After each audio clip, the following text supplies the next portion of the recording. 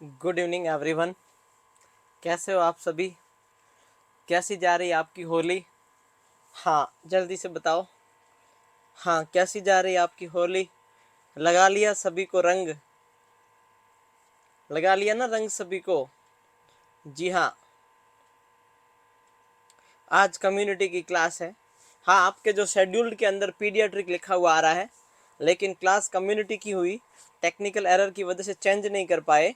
Paediatric का session लिखा हुआ है, लेकिन उसमें क्लास कम्युनिटी की होगी। तो आप घबराए नहीं।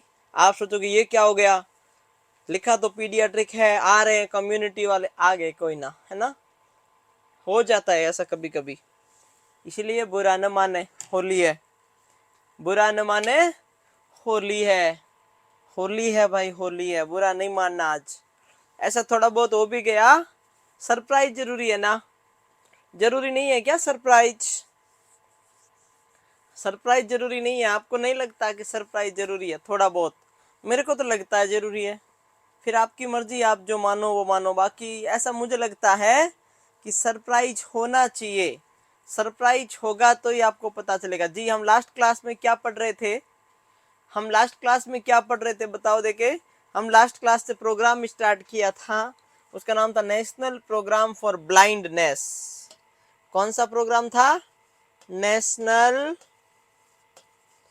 प्रोग्राम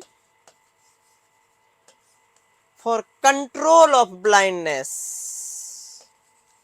कौन सा? Control of blindness. कब आया था? 1976 में।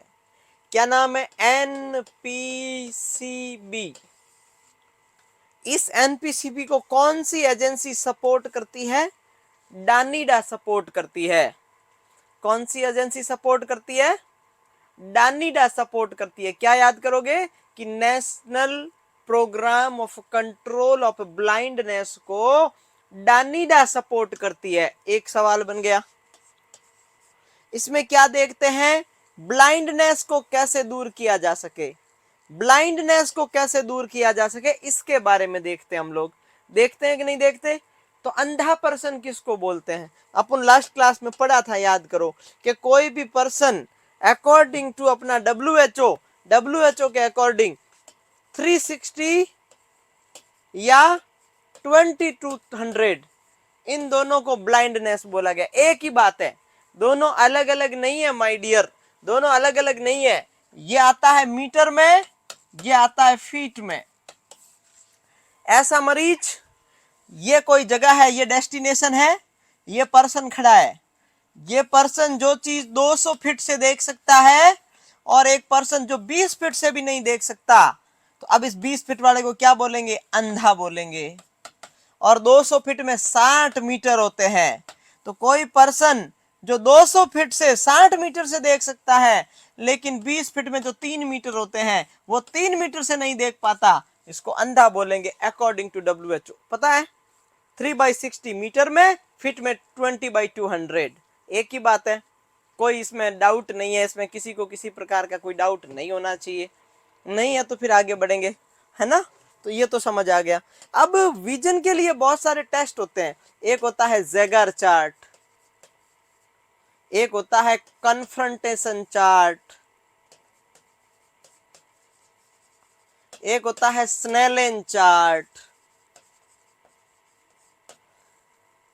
होता है कि नहीं होता है? एक होता है इश्चिहारा चार्ट। ये तो कलर विजन के लिए होता है, आपको पता ही होगा। स्नेलन चार्ट विजुअल एक्यूटी, मतलब दूर का विजन, एक्चुअली देख सकता है। विजुअल एक्यूटी का मतलब रियल विजन, मतलब दूर, इसको बोलते हैं distant vision. Confrontation peripheral vision. Jaggery 14 inch से, मतलब नियर विजन, एकदम पास से। ये 4 प्रकार के हो गए। दो लिख लिया आपने, इतना आपको पता है, पता ही है ना। ठीक है। एनपीसीबी क्या देते हैं? विटामिन ए देते हैं, पढ़ चुके हैं। अब आता है ये एक, देखो मैं एक नाम लिखता हूं। एक होता है राइट टू साइट, थोड़ा स्पीड से चलेंगे प्लीज। और एक होता है विजन 2020। दोनों में कुछ भी फर्क नहीं है, बोथ आर सेम। बस फर्क इतना ही है, पहले ये 99 में ये आया था, ये सफल नहीं हुआ तो इसका नाम बदल दिया कि 2020 तक सबको आंख की प्रॉब्लम नहीं होने देंगे, 2020 तक विजन रखा गया, बस इसका नाम बदला है। तो राइट टू साइट 1999 में था, उसका नाम बदल के विजन 2020 कर दिया, बात खत्म। क्या बोला मैं क्या बोला?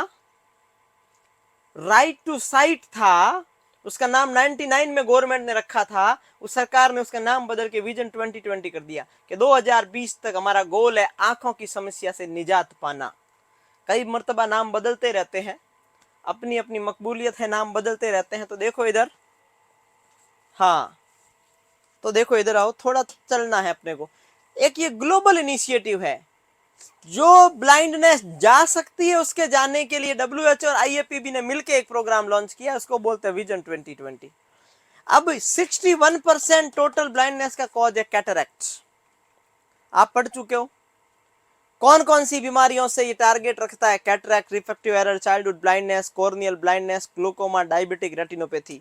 अब इसके बारे में बात करते हैं, सवाल आएगा विजन 2020 में कौन सी बीमारियां हैं? मोस्ट कॉमन कॉज ब्लाइंडनेस का कौन सा है? कैटरैक्ट। इतना आपको समझ में आ गया। अब ये टारगेट बीमारियां कौन कौन सी है विजन 20? सवाल कैसे आएगा? The target disease for vision 2020 except, क्या? Except the target disease for vision 2020 except. तो इसमें से इतना होगा, एक ऑप्शन ऐसा होगा जो इसके अंदर नहीं दिया गया है। तो आप एक सवाल यहां से कर सकते हो, कर सकते हो कि नहीं कर सकते हो? कर सकते हो, कर सकते हो ना?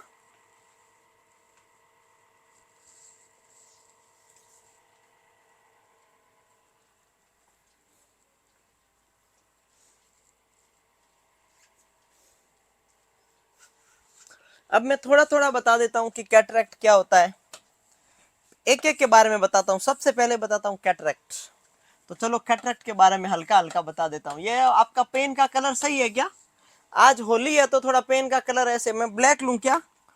ब्लैक लेने का एक्चुअली मन नहीं करता, बट कोई ना। कैटरैक्ट 3 प्रकार का होता है। एक होता है कंजेनाइटल, जन्मजात। एक होता है senile, age related, old age में होता है। एक होता है ट्रॉमेटिक। पहली बात तो ये most common cause of blindness है, आपको पता ही है। टोटल ब्लाइंडनेस का 61% यही है। कैटरैक्ट का मतलब होता है opacity of the lens. Lens क्या हो गया? धुंधला हो जाना। इससे कौन सा विजन आता है? ब्लर्ड विजन आता है, धुंधला दिखेगा। अरे धुंधला, बादल आ जाते हैं मौसम में। You know about cloud? Cloud का मतलब है मौसम में बादल आ गए, तो वेदर खराब हो गया। ठीक वैसे ही इसमें भी यही हुआ, ऑपेसिटी, लेंस के चारों तरफ धुंधलापन हो गया। ब्लड विजन, डबल विजन नहीं, ब्लड विजन हो गया। पहला साइन याद रखना। कैटरैक्ट की सर्जरी करते हैं, पेशेंट को सेमी फाउलर अनअफेक्टेड पोजीशन देते हैं। दोनों आंख की एक साथ नहीं करते, एक साइड की करते हैं। तो जिस साइड की नहीं हुई उसको ऊपर ऐसे रख देते हैं, ऐसे। जैसे इस आंख की हुई तो इसको ऊपर रखेंगे, इस आंख की हुई तो इसको ऊपर रखेंगे, अनअफेक्टेड साइड सुलाएंगे पेशेंट को। ठीक है, अब ये तो हो गया ऑपेसिटी ऑफ लेंस। अब कैटरैक्ट की सर्जरी हुई है तो आपको क्या ध्यान रखना है? अगर कैटरैक्ट की सर्जरी हुई तो आपको ध्यान क्या रखना है? हमें ध्यान रखना है कैटरैक्ट की सर्जरी के बाद में पेशेंट पेन की कंप्लेन करे तो डॉक्टर को इन्फॉर्म करना है, उसको हल्के में नहीं लेना है, उसको हल्के में नहीं लेना है। हल्के में लिया, मरीज को ग्लूकोमा हो रहा। कैटरैक्ट की सर्जरी के बाद में अगर पेशेंट पेन की कंप्लेन करता है, इसका मतलब उसका आईओपी बढ़ गया है, इसका मतलब उसका आईओपी बढ़ गया, इंट्रा ऑक्यूलर प्रेशर बढ़ गया है, उसको डॉक्टर को इन्फॉर्म करना है। ठीक है, चलो। अब ये कैटरैक्ट कितने टाइप का होता है? 3 टाइप का होता है। एक होता है कंजेनाइटल। कंजेनाइटल का मतलब होता है रुबेला इन्फेक्शन। किससे होता है भाई? प्रेगनेंसी में मदर को अगर रुबेला हो जाए, ये टेरेटोजेनिक सबसे खतरनाक इन्फेक्शन है, वायरल। ये एक वायरल इन्फेक्शन है जो सबसे खतरनाक है, जिसका नाम है रुबेला, जर्मन मीजल्स बोलते इसको। ये क्या होता है? अगर प्रेगनेंसी के फर्स्ट ट्राइमेटर में मदर को हो गया तो मदर की वजह से बेबी को ब्लड सप्लाई होती है, बेबी की आंख चली जाएगी, कंजेनाइटल कैटरैक्ट। बेबी का हार्ट में पीडीए हो जाएगा, बेबी को डीफनेस हो जाएगा, बेबी बहरा हो जाएगा। ठीक है, तो पता चल गया। सेनाइल, एज रिलेटेड, ऐसा कोई बंदा बहुत कम ही बचेगा आपकी आज की लाइफ मॉडिफिकेशन के अकॉर्डिंग, लाइफ स्टाइल के अकॉर्डिंग, हमारी stress life style modification, sedentary life style, ज्यादा ब्राइट लाइट आंखों के लिए हम पहले से सचेत नहीं रहते। आने वाले टाइम में हर बंदे को कैटरेक्ट होगा एज के बाद, 50-60 साल की एज के बाद। तो दूसरा हो गया सेनाइल, मोस्ट कॉमन कॉज इसलिए है क्योंकि हर एक को होता ही होता है ब्लाइंडनेस। ट्रॉमेटिक, किसी को बचीड़ लग गया, उसकी वजह से लेंस की अगर ऑपेसिटी हो गई तो भी हम बोल सकते हैं। तो 3 प्रकार का होता है, कैटरेक्ट हो गया। रिफ्रैक्टरी एरर, रिफ्रैक्टरी एरर 4 होते हैं, आप आई में पढ़ोगे। एक होता है मायोपिया, एक होता है हाइपरोपिया, एक होता है astigmatism,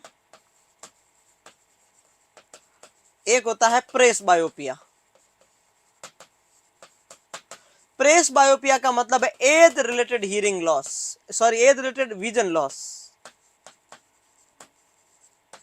age related vision loss. Astigmatism का मतलब होता है सिलेंड्रिकल शेप लेंस,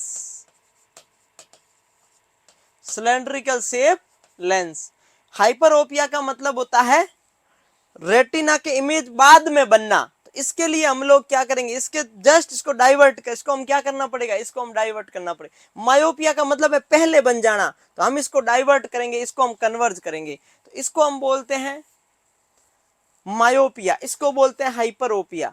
मायोपिया में कॉनकेव लेंस यूज करते हैं, और कॉनकेव लेंस का मतलब होता है डाइवर्टिंग लेंस। कौन सा लेंस होता है, डाइवर्टिंग लेंस, जो ऐसे दूर भेजता है। इसमें क्या होता है, इमेज पहले बन जाती है रेटिना में, हाइपरोपिया में बाद में पड़ती है, इसलिए इसमें कॉन्वेक्स लेंस यूज करते हैं, जिसको कन्वर्टिंग लेंस बोलते हैं।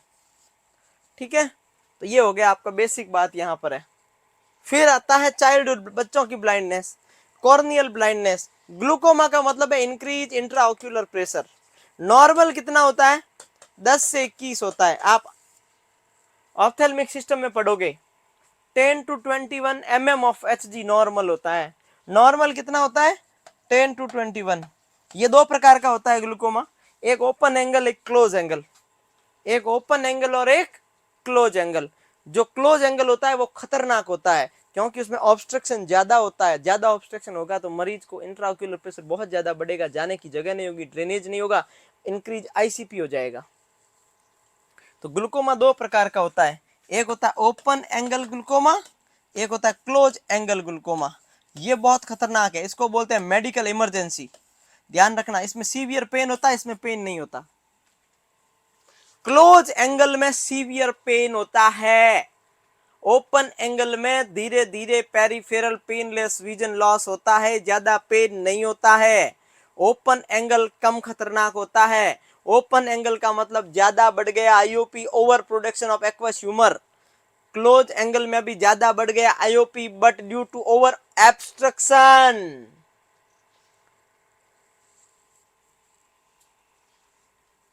ठीक है, तो ये समझ आ गया। अब आता है डायबिटिक रेटिनोपैथी।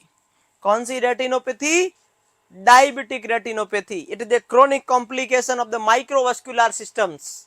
क्या बोला मैंने, diabetic retinopathy is a chronic complication. सुनो, डायबिटीज की क्रोनिक कॉम्प्लिकेशन कितनी होती है, डायबिटिक की chronic complication of diabetes mellitus 2 होती है, एक होती है मैक्रोवास्कुलर, एक होती है माइक्रोवास्कुलर। कौन सी, माइक्रोवास्कुलर। माइक्रोवास्कुलर में 3 होती है, आंख खराब हो जाए रेटिनोपैथी, नर्व खराब होता है न्यूरोपैथी, छोटी छोटी ग्लोमेरुलस की आर्टरियोल्स खराब हो जाए नेफ्रोपैथी।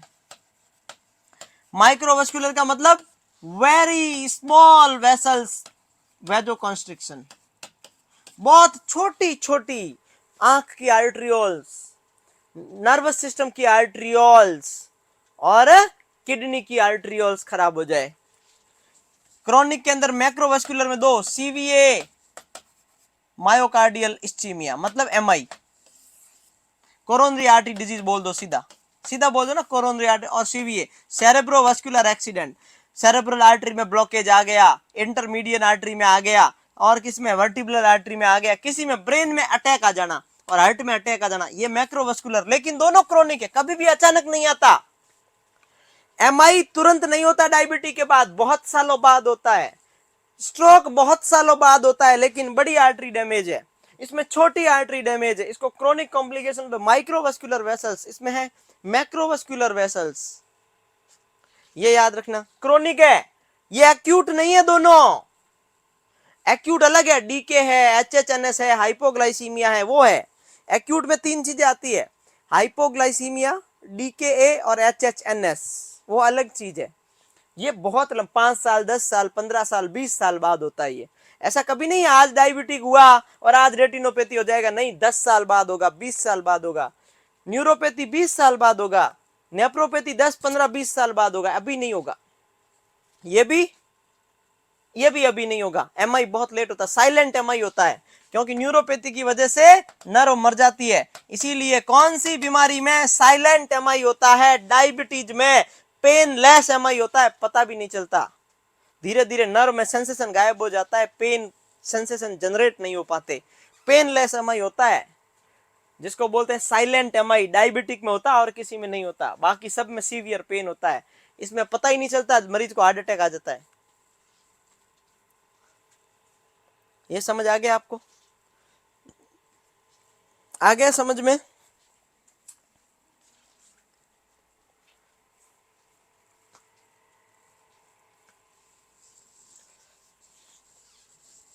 हाँ, एरर को रिपीट करना है, वासुमती बोल रही है, 1 मिनट कर दूंगा अभी, है ना। रिफ्रैक्टिव एरर को अभी रिपीट कर दूंगा।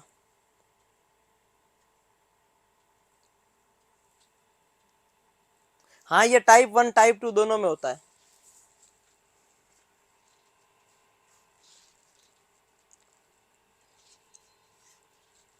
ठीक है, आगे बढ़ू। अब रिफ्रैक्टिव एरर को वापस थोड़ा एक्सप्लेन करने का बोल रहे हैं, चलो। रिफ्रैक्टिव एरर 4 होते हैं। 1 नंबर मायोपिया। कौन सा? मायोपिया। मायोपिया का मतलब है ये कोई पर्सन खड़ा है, इसको देखना है, ये आंख है रेटाइना, यहां से पर्सन इसको देखना चाहता है, तो ये इमेज रेटाइना से पहले बन जाती है, तो फॉर्म्ड इमेज। प्रॉब्लम क्या होती है? Formed image in front of retina. तो हमें क्या करना है? इसको दूर भेजना है। दूर भेजने को क्या बोलते हैं? डाइवर्टिंग बोलते हैं कि कन्वर्जिंग बोलते हैं? अरे दूर भेजने को बोलते हैं डाइवर्टिंग। तो डाइवर्टिंग, दूर भेजने के लिए यहां पे कौन सा लेंस लगाएंगे? ऐसा लेंस लगाएंगे, ऐसा। ये दूर भेज देगा, ऐसे कर देगा, ऐसे कर देगा। इसका मतलब कौन सा मैनेजमेंट क्या है? डाइवर्टिंग। डाइवर्टिंग लेंस का दूसरा नाम क्या है? Concave lens. कॉनकेव लेंस का मतलब ऐसा लेंस जो साइड में से ज्यादा दूर होता है, पास में से ऐसे रहता है, कॉनकेव लेंस लगाते हैं। दूसरा हाइपरओपिया, इसका अपोजिट कर लो। Formed image in front, behind the retina. इसमें क्या लिखोगे? Formed image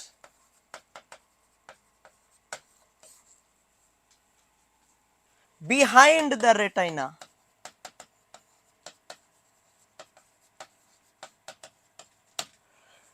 formed the image behind the retina. अरे दूर बन गया, दूर दूर, पास लाओ, उसको खींचो। खींचने को बोलते हैं कन्वर्ज करना।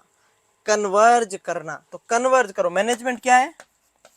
Converting lens. कन्वर्टिंग का मतलब ऐसा करो ना, ऐसा। कैसा लेंस? ऐसा लेंस, इसको बोलते हैं बाई कॉन्वेक्स। कौन सा लेंस यूज करेंगे हाइपरोपिया में? हाइपरोपिया में लेंस यूज करेंगे कॉन्वेक्स। कैसा करेंगे? कॉन्वेक्स। कौन सा? कॉन्वेक्स। कैसा? कॉन्वेक्स, ऐसा। साइड से चिपका हुआ, बीच में से दूरी, याद रखना। यहां से दूरी कम है, यहां से डिस्टेंस ज्यादा है, उसको बोलते हैं कन्वर्जन। प्रतिबिंब बन गए। अब तीसरा आता है एस्टिग्मेटिज्म।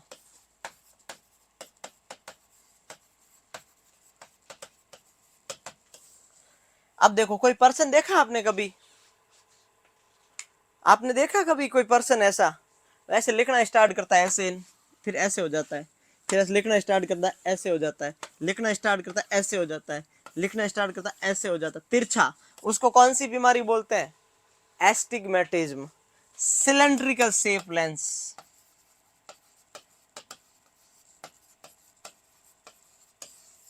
इसमें लेंस कैसा हो जाता है ना, सिलेंड्रिकल शेप यूज करते हैं इसमें। लेंस कर्वेचर, कॉर्निया का कर्वेचर खराब हो जाता है, इसमें कौन सा लेंस यूज करते हैं? सिलेंड्रिकल। कौन सा लेंस यूज करते हैं? सिलेंड्रिकल। 4 हो गया। अब पांचवा, चौथा, प्रेस बायोपिया। प्रेस बायोपिया का मतलब होता है एज रिलेटेड विजन लॉस। इसमें करते हैं बाईफोकल लेंस। कौन सा लेंस? बाईफोकल लेंस यूज करते हैं। ये लो, बाईफोकल लेंस यूज करते हैं इसमें। नंबर 4 हो गया, फिनिश। अब कई बार आता है प्रेस बायोपिया और दूसरा वर्ड आता है प्रेस बाइकुसस। इसका क्या मतलब है बताओ? प्रेस बाइकुसस का मतलब क्या है? प्रेस का मतलब होता है एज रिलेटेड, सस का मतलब होता है कान गए, ओपिया का मतलब है आंख गई।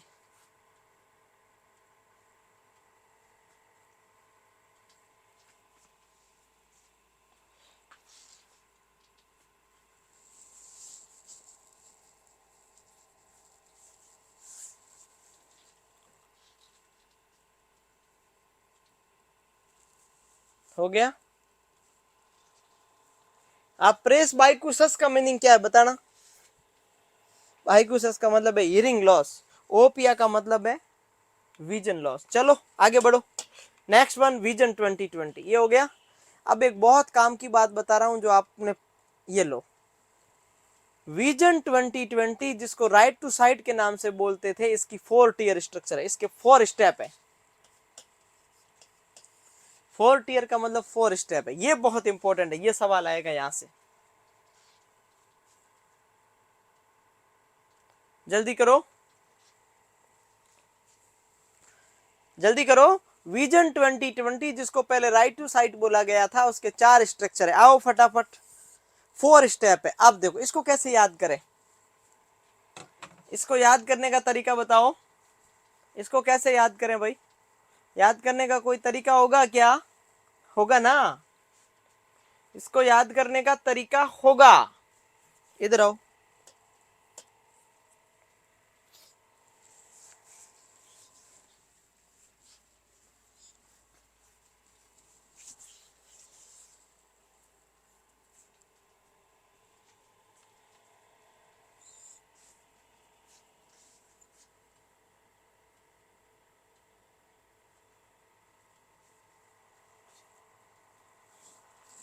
जल्दी करो।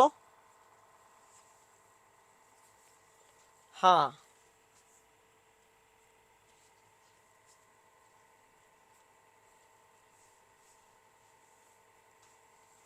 इधर आओ। देखो गवर्नमेंट ने क्या किया, एक विजन निकाला। उसने बोला कैसे सेटअप करना है, आई सेंटर का सेटअप।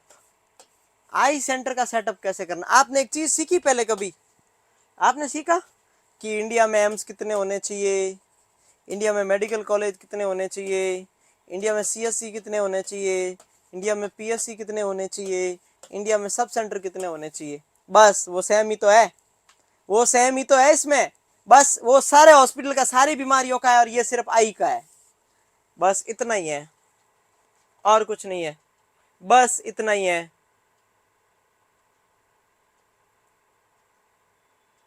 कैसे समझोगे? आप क्या करोगे, एक ऐसे बनाओगे, ये लो ऐसे बना लिया।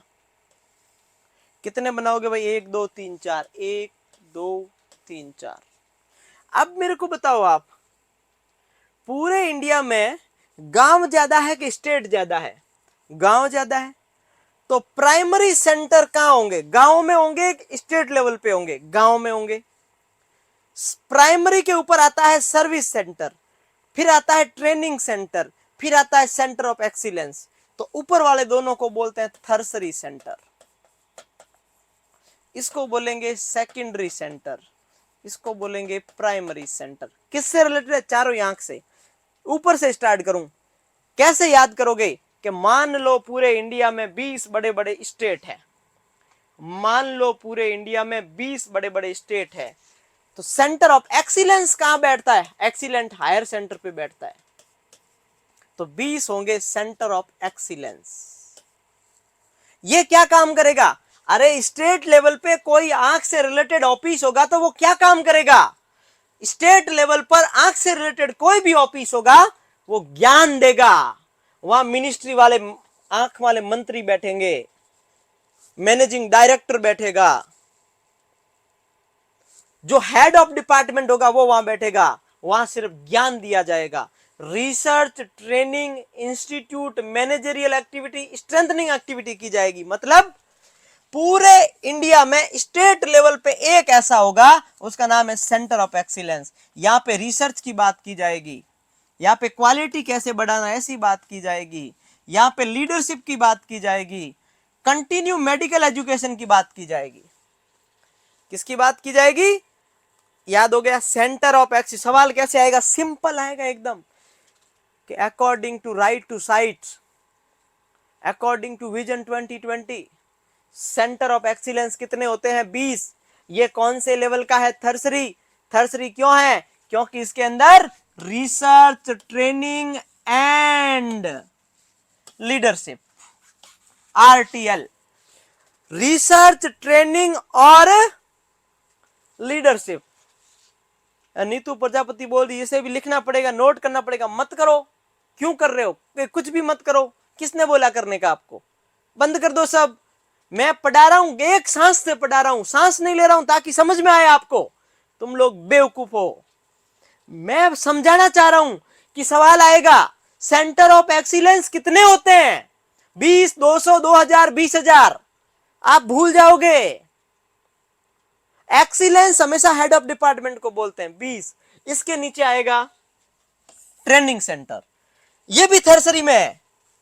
यहां पे टिपिकल से टिपिकल, कॉम्प्लिकेटेड से कॉम्प्लिकेटेड सर्जरी की जाती है, तो ये भी आएगा इसमें 200। ये स्टेट लेवल पे नहीं होगा, ये डिस्ट्रिक्ट लेवल पे होता है।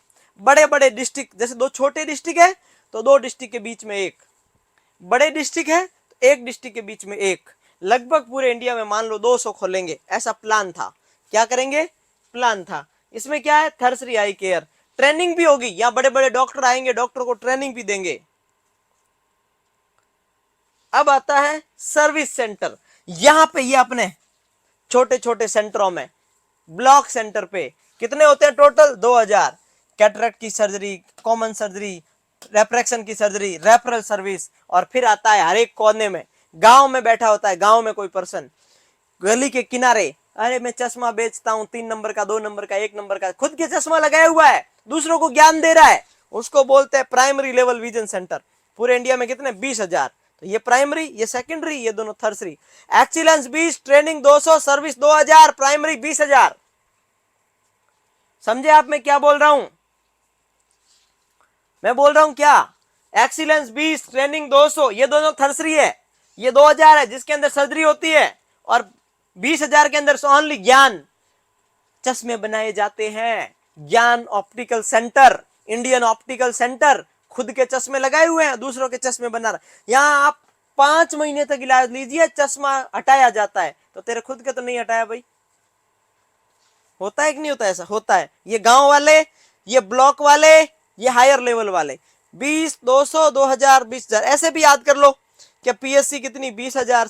सर्विस सेंटर मतलब सीएससी कितनी? 2000। Medical college 200। एम्स कितने? 20। ऐसे भी याद कर लो। तो एम्स और मेडिकल कॉलेज दोनों कौन से होते हैं? थर्सरी होते हैं, क्योंकि एम्स में भी एमबीबीएस की सीटें होती है, पीजी की होती है, मेडिकल कॉलेज में भी पीजी की होती है। तो मेडिकल कॉलेज 200, एम्स 20, सीएससी कितनी? 2000, पीएससी कितनी? 20,000। ऐसे भी याद कर सकते हो। याद करने वाला चाहिए। अब बोलोगे सर नोट करना है, नहीं नोट नहीं करना, खाना है, इसको खा लो। बेवकूफ कहीं के, नोट नहीं करना, खा सकते हो इसको, अंदर फिट कर लो, भेजे में ऐसे डाल दो, पूरा ऐसे सेव कर लो। यहां पे कैसे लोग हैं पता नहीं, क्या ही बोलते हैं। इतनी मेहनत कर रहा हूं कि ताकि याद हो जाए आपको। AIIMS medical college, CHC, PHC, अब तो याद होगा। अरे एम्स और मेडिकल कॉलेज दोनों थर्सरी होते हैं, ये तो पता ही है। सीएससी सेकेंडरी होती है और पीएचसी प्राइमरी होती है, ये तो पता ही है आपको। इतना भी नहीं याद है क्या? नहीं याद है क्या इतना? ज्ञानियों, तुम प्योर इंडियन हो, प्योर इंडियन।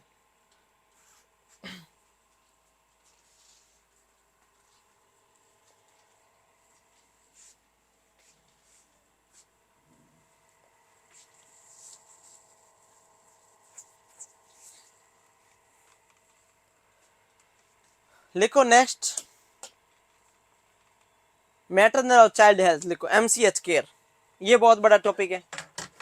लिखो MCH, maternal and child health, लिखो फटाफट, जल्दी लिखो रे। एमसीएच,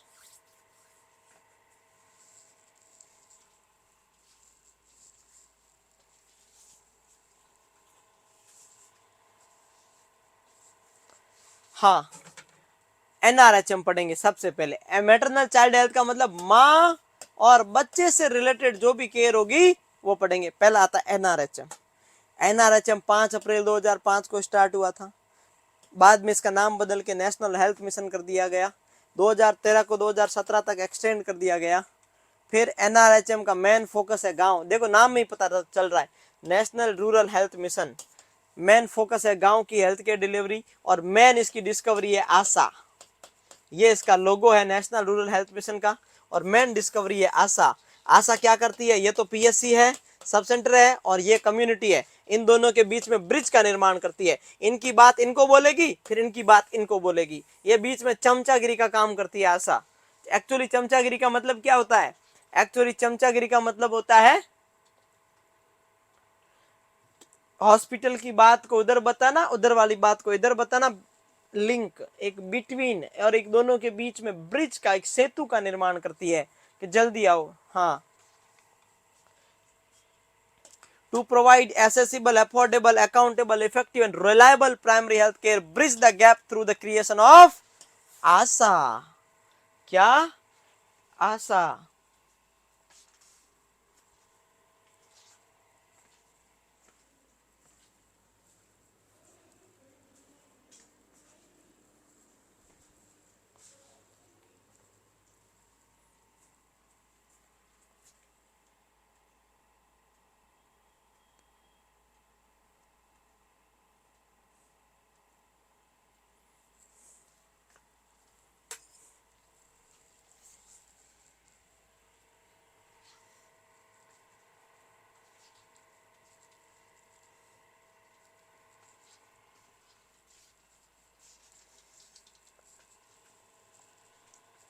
हो गया? फटाफट लिखो ना।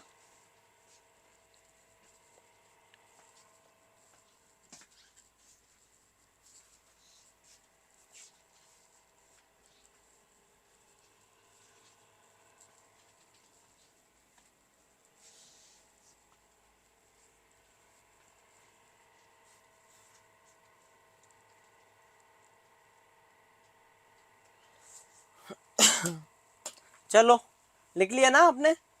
सवाल बन गया। अप्रैल 2005 आशा किसके थ्रू अपॉइंट की गई? एनआरएचएम के थ्रू। अब आता है एनआरएचएम के काम। एनआरएचएम के अंदर आशा के क्या काम है? देखो मैं बता रहा हूं पहले ही, इसमें सिर्फ लिखना है, जो इंपॉर्टेंट होगा मैं समझा दूंगा आपको। वापस लिखना है आपको क्या क्या काम होता है। सवाल सुनो, आशा का सिलेक्शन कौन सी एजेंसी करती है? रोगी कल्याण समिति कौन सी एजेंसी का काम है? सब सेंटर को यूनाइट करके रखना किसका काम है? Nutrition committee, health sanitation committee कौन बनाता है? एनआरएचएम। जननी सुरक्षा योजना किसकी डिस्कवरी है? एनआरएचएम। जननी शिशु सुरक्षा कार्यक्रम किसकी डिस्कवरी है? NRHM. National mobile medical unit किसकी डिस्कवरी है? एनआरएचएम।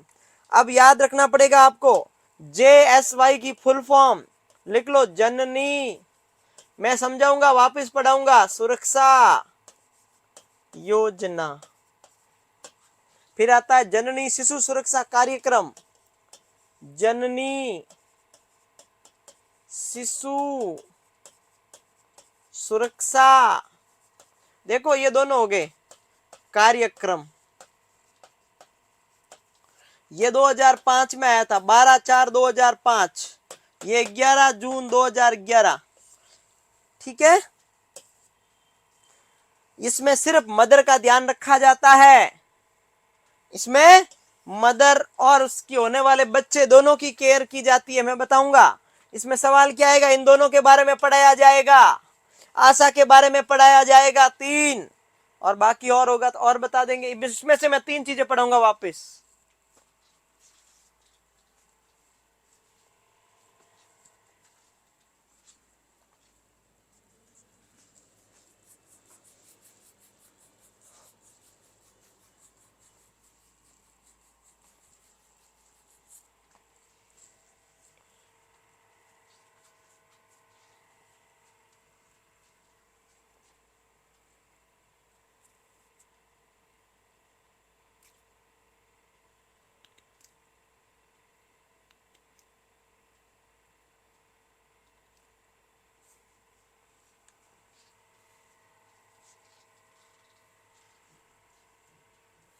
हो गया।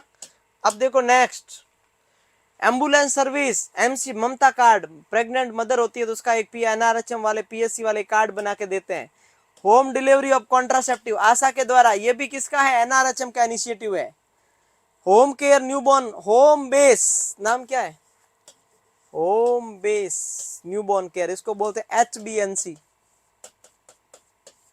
होम बेस्ड न्यूबॉर्न केयर में आशा इन्वॉल्व रहती है, ये भी किसका काम है, एनआरएचएम का। अब लिखो, इफ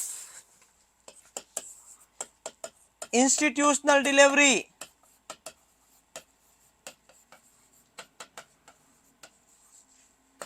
इफ होम डिलीवरी, अगर इंस्टीट्यूशनल डिलीवरी है तो आशा कितनी विजिट करेगी, अगर होम डिलीवरी है तो आशा कितने विजिट करेगी, according to HBNC, according to HBNC। HBNC क्या है, home based newborn care. Home based newborn care कहां होता है, लेबर रूम में होता है। यह सवाल इंपॉर्टेंट बन गया। होम बेस्ड न्यूबॉर्न केयर कौन सी फैसिलिटी है, एनआरएचएम के द्वारा लेबर रूम में एक नई टेक्निक यूज की गई जिसका नाम है होम बेस्ड न्यूबॉर्न केयर। कहां पाया जाता है, लेबर रूम में। होम बेस्ड न्यूबॉर्न केयर के अकॉर्डिंग अगर इंस्टीट्यूशनल डिलीवरी हुई तो HBNC के अकॉर्डिंग आशा 6 विजिट करेगी। कब करेगी, सोच लो, इंस्टीट्यूशनल डिलीवरी है तो 3, 7, 14, 21, 28 और 42 day after delivery home delivery हुई। ये 3 से स्टार्ट क्यों किया, 1 से क्यों नहीं किया, अरे आपको पता होना चाहिए इंस्टीट्यूशनल डिलीवरी में मदर खुद 2 दिन हॉस्पिटल में ही रहती है, और मदर हॉस्पिटल में रहती है तो उसको घर जाने की जरूरत कहाँ है आशा को। तो हॉस्पिटल में कितना हुआ, day 3, day 7, day 14, day 21, day 28, day 42, क्योंकि इंस्टीट्यूट डिलीवरी में मदर 2 दिन तो वही रहेगी और तीसरे दिन सीधी घर चली जाएगी, तो पीछे पीछे आशा चली जाएगी। तो आशा कितने विजिट करेगी, 6। होम डिलीवरी में according to HBNC ASHA 7 visit करेगी। जो ही आशा को पता चलता है कि घर पे डिलीवरी हो गई है तो पहला डे 1, फिर डे 7, 3, फिर 7, फिर 14, फिर 21, फिर 28, फिर 42 डेज। ये मत सोचना पहले 2 दिन का गैप है, फिर 4 का है, फिर 7 का है, फिर यहाँ पे 35 क्यों नहीं आया। अरे भाई धीरे धीरे बच्चा बड़ा हो रहा है, और बच्चा बड़ा हो रहा है तो उसकी रिस्क कम हो रही है। पहले देखो 2 दिन में जा रही है, फिर 4 दिन में, फिर 7 दिन, फिर 7 दिन, फिर 7 दिन, फिर सीधा 14 दिन गैप है। क्योंकि जो जो बच्चा बड़ा हो रहा है इसका मतलब रिस्क कम हो रही है, डेथ की, मोर्टालिटी की, मॉर्बिडिटी की, प्रॉब्लम की, कंपटीशन की, कॉम्प्लिकेशन की, सारी चीजें रिस्क कम हो रही है ना। तो अब धीरे धीरे बच्चा बड़ा होने पे जाने की जरूरत नहीं है, फिर ऐसा टाइम आएगा कि आप उसको 10 साल तक भी नहीं देखोगे, आशा के विजिट की जरूरत नहीं रहेगी। समझ आई बात, लिख लो इतना।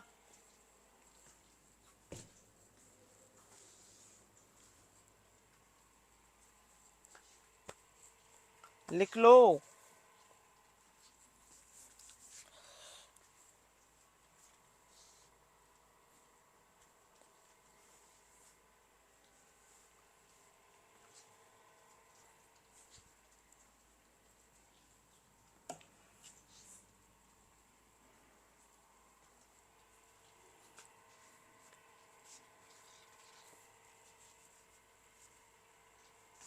लिख लिया सबने। अब नेक्स्ट इंपोर्टेंट आरबीएसके किसके अंदर आता है, आरकेएसके क्या होता है, supplement of iron and folic acid tablet NRHM देता है। आरएमएनसीएचए में प्लस ए का मतलब क्या है ये मैं पढ़ाऊंगा अच्छे से। यूनिवर्सल हेल्थ कवरेज की 12th 5 ईयर प्लान, क्योंकि आपको पता है जब से भारत आजाद हुआ तब से 2014 तक गवर्नमेंट की 5-5 साल की स्कीम चलती थी जिसको पंचवर्षीय योजनाएं बोला करते थे, 5 ईयर प्लान बोला करते थे। तो actually NRHM 12th 5 year plan के अंतर्गत इंप्लीमेंट हुआ था। तो उसके बाद में 1 जनवरी 2015 से 5 ईयर प्लान बंद हो गया, उसकी जगह नीति आयोग आ गया। तो उससे पहले 5 ईयर प्लान को अच्छे से इंप्लीमेंट करने का भी प्लान था। आरएमएनसी प्लस ए का मतलब होता है प्लस एडोलेसेंट, इसके बारे में मैं बताऊंगा, ये आशा का काम है। इसमें क्या पढ़ाऊंगा मैं, इसमें आपको पढ़ाऊंगा आरबीएस के, आरकेएस के, आरएमएनसीएचए, 3 चीजें पढ़ाई जाएगी अभी, ये तुरंत पूरा होते ही। फास्ट नहीं है, बिंदास रहे, मैं धीरे धीरे लिखवा रहा हूं, एकदम रिलैक्स रहे आप। National ambulance service, MCTS maternal child tracking system,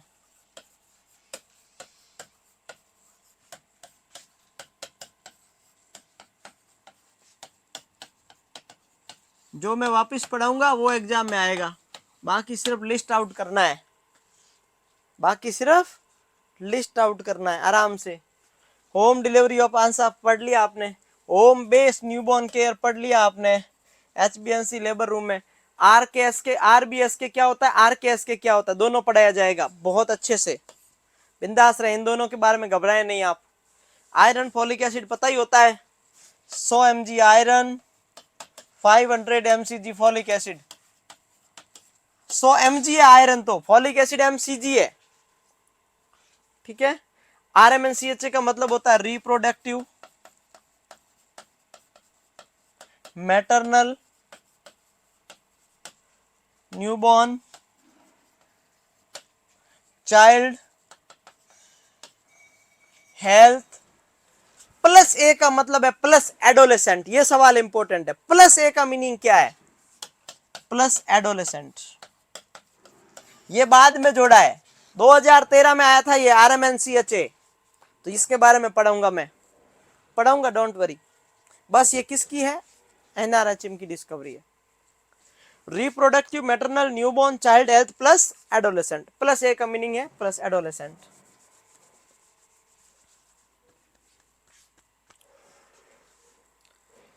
पहले 5 साल के प्लान चल रहे थे, 5 ईयर प्लान, अब वो बंद हो गए, तो अब इसका सवाल नहीं आएगा वापस। नीति आयोग का आएगा, मैं बता दूंगा आपको जब आएगा।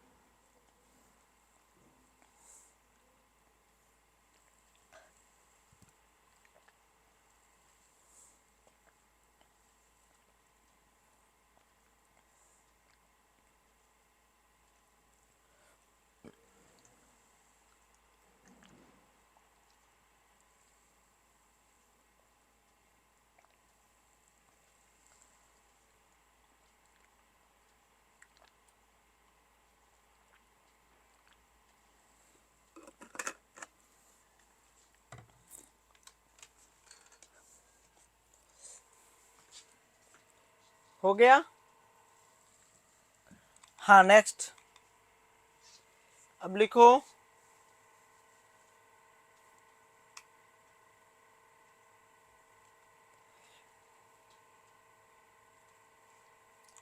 Delivery point, comprehensive primary health care, Kilkari scheme, इससे किससे रिलेटेड है, आशा से रिलेटेड है बस। अब आता है नेक्स्ट हेडिंग, जननी सुरक्षा योजना। हेडिंग लगाओ फटाफट, एक एक के बारे में पढ़ेंगे ना, मैंने बताया था ना एनआरएचएम है ये एनआरएचएम, इसमें हम क्या पढ़ेंगे, जननी सुरक्षा योजना, JSSK, तो चलो ये लिख लो। उसके बाद में डिलीवरी पॉइंट, NRHM ने बोला था कि डिलीवरी करवानी जगह जगह सब सेंटर PSC पे, प्राइमरी हेल्थ केयर को बहुत अच्छा देना है, NRHM का गोल था। किलकारी मतलब न्यूबॉर्न बेबी जन्म लेता है उसकी आवाज आनी चाहिए, बच्चा जब जन्म ले तो रोना चाहिए, ये किलकारी रेस्पॉन्स था। और अब आएगा जननी सुरक्षा योजना, हेडिंग लगा लो जननी सुरक्षा योजना, जल्दी से हेडिंग लगाओ।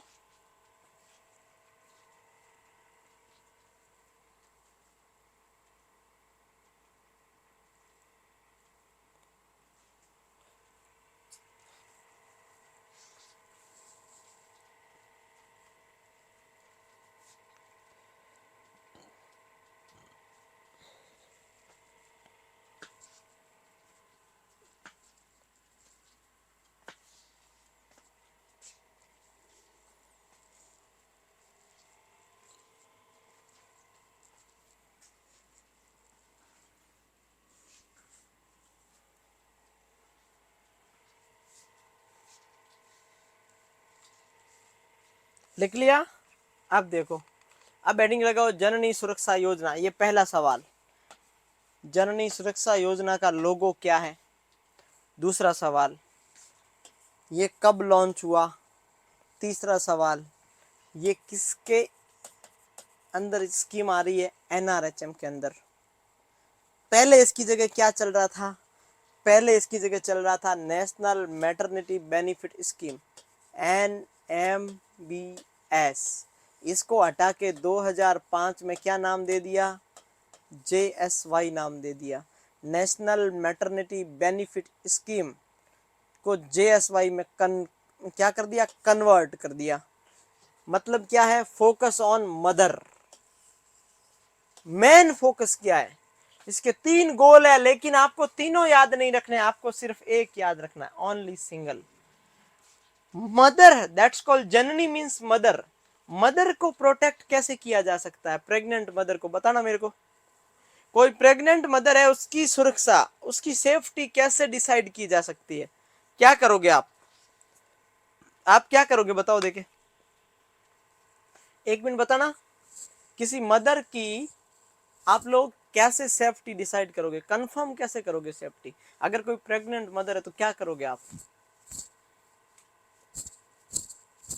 बताओ क्या करोगे। अरे कुछ तो करोगे, एक ही नाम याद रखना है, to promote institutional delivery. JSY का एक single objective, to promote institutional delivery. इसका क्या गोल है, MMR कम करना, डिक्रीज IMR करना। करोगे कैसे, अरे इंस्टीट्यूशनल डिलीवरी ज्यादा होगी तो ना तो बच्चे की डेथ होगी, ना मदर को PPH होगा। MMR मैटरनल मोर्टालिटी रेट का मोस्ट कॉमन कॉज क्या है, हेमरेज। हेमरेज क्यों होता है, एटोनिक यूट्रस की वजह से। अरे हेमरेज कैसे होगा, डिलीवरी होगी तो आप कंट्रोल कर लोगे ना। 500 ml से ज्यादा हो जाए उसको PPH बोलते हैं, PPH होने ही नहीं दोगे अगर इंस्टीट्यूशनल डिलीवरी हुई। घर पे अगर डिलीवरी हुई बाई चांस, अगर PPH हो गया कैसे कंट्रोल करोगे। तो institutional delivery not health checkup. Rana ji कुछ भी बोले जा रहे हैं, एक गोल याद रखना है, ये अनपढ़ वाली बात है, हेल्थ चेकअप करेंगे। अरे तो हेल्थ चेकअप तो सबका ही करते हैं, हमेशा स्पेसिफिक बात बोलनी है जिससे क्वेश्चन सही हो जाए। टू प्रमोट, ये याद रखना, ये दोनों याद मत रखना, ये याद रखना, टू प्रमोट इंस्टीट्यूशनल डिलीवरी। अरे डिलीवरी इंस्टीट्यूशनल होगी तो ना बेबी को कॉम्प्लिकेशन, ना मदर को कॉम्प्लिकेशन, ना PPH, ना हेमरेज, ना अगर एटोनिक यूट्रस है तो उसका मैनेजमेंट। मदर की ब्लड लॉस से जान नहीं जाएगी। इंस्टीट्यूशनल डिलीवरी से बेबी को RDS है तो प्रिवेंट अपन क्या कर लेंगे, ट्रीटमेंट कर लेंगे। बेबी का एयरवे क्लियर नहीं है, पोस्टपार्टम अगर कोई हेमरेज हुआ उसकी वजह से प्रॉब्लम है, या कोई पोस्टम बेबी है उसकी वजह से म्यूकोनियम एस्पिरेट हो गया तो भी मैनेज हो सकता है, तो IMR भी कम हो सकता है। मदर की डेथ भी सुनिश्चित हो कि कम हो, कैसे होगा, टू प्रमोट इंस्टीट्यूशनल डिलीवरी, एक गोल। इसके लिए क्या करोगे, इसके लिए एक दलाल रखा बीच में, उसका नाम है आशा। अब आशा को बोलेंगे तू जैसे तैसे जो प्रेग्नेंट है ना उनको पटा, उनको बोल कि तेरे को हॉस्पिटल में डिलीवरी करवानी। अब गांव में ज्यादा बोला जाता है, शहरों में तो मदर खुद कार निकाली बाहर, सीट बेल्ट लगाया, एंटीनेटल विजिट WHO बोलता है 4 करनी जरूरी है, शहर की फीमेल 8 करती है खुद अकेले जाके, हॉस्पिटल में जाती है, बोलती मेरी ANC करवानी है, कार ड्राइव करके, सीट बेल्ट लगा के, हॉर्न बजा के, सिटी में जाके, यहां तक कि डिलीवरी में भी खुद जाके एडमिट हो जाती है कि मेरे को थोड़ा थोड़ा पेन हो रहा है, जाके एडमिट हो जाती है। और शहरों गांव में समझाना पड़ता है, और समझाने के लिए किसको रखा गवर्नमेंट ने, किसको रखा, आशा को रखा, कि आशा को बोल तू उम्मीद की किरण है, तू विश्वास है, आशा मीन्स विश्वास, बिलीव। समझ में आई बात। अब 2 तरीके, या तो गांव या सिटी। अब मेरे को एक बात बताओ, आशा को ज्यादा पैसे कहां मिलेंगे, गांव में सिटी में, और मदर जिसकी डिलीवरी होनी है उसको ज्यादा पैसे कहां मिलेंगे, गांव में सिटी में, बताना आप। अरे जहां मोटिवेशन, एक सुनो, एक बात बताओ मेरे को, एक बच्चा है जिसके 10 में से 8 नंबर आ रहे हैं, एक जिसके 10 में से 3.5 नंबर आ रहे हैं, ज्यादा मोटिवेशन की किसको जरूरत है, अरे मोटिवेशन की किसको जरूरत है, ज्यादा मोटिवेशन किसको चाहिए,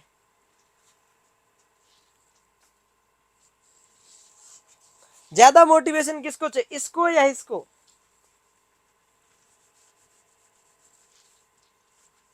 एक बार बताना।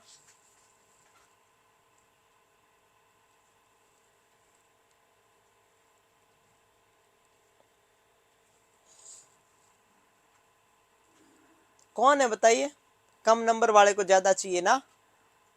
अब सुनो एक बात बताओ मेरे को,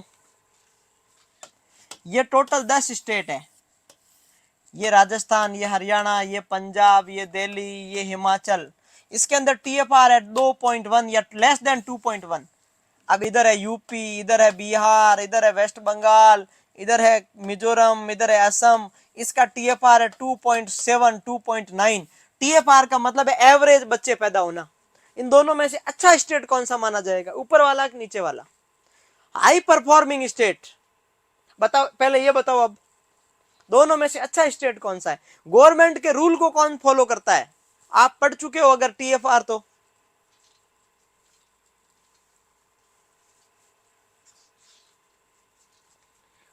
एक होता है HPS हाई परफॉर्मिंग स्टेट, मतलब अच्छा काम करने वाला, गुड। एक होता है लो परफॉर्मिंग स्टेट, जिसमें एक जना 10-10 बच्चे पैदा कर रहा है, 5-5 बच्चे पैदा कर रहा है, 7-7 बच्चे पैदा कर रहा है। बताओ ये स्टेट अच्छा है कि ये स्टेट अच्छा है, दोनों में से कौन सा अच्छा है बताओ।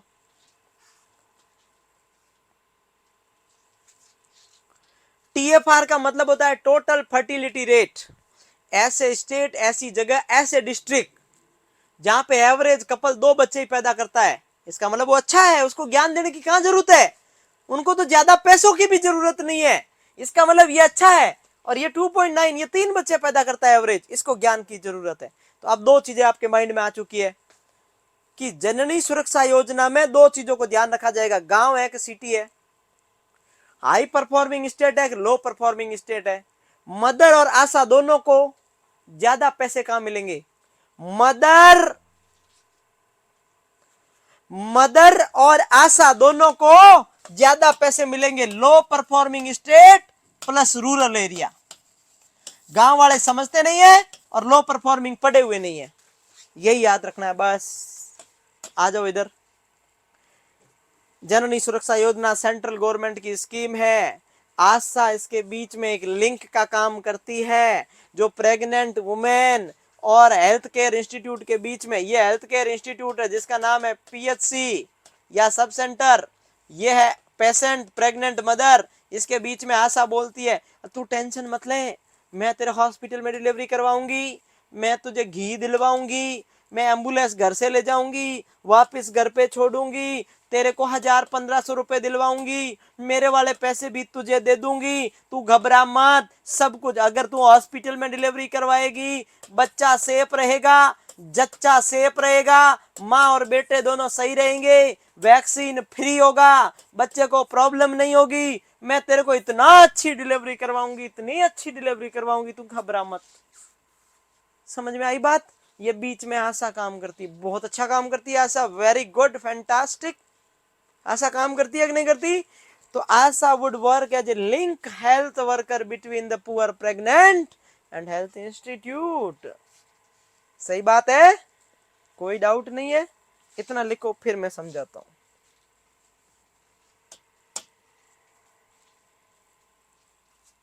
आशा दे रही ऑफर,